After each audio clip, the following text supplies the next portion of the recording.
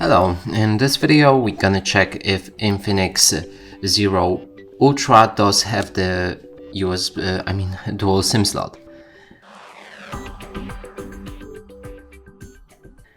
And to do this, first let's locate the slot, which is on the bottom right here. And now take a needle.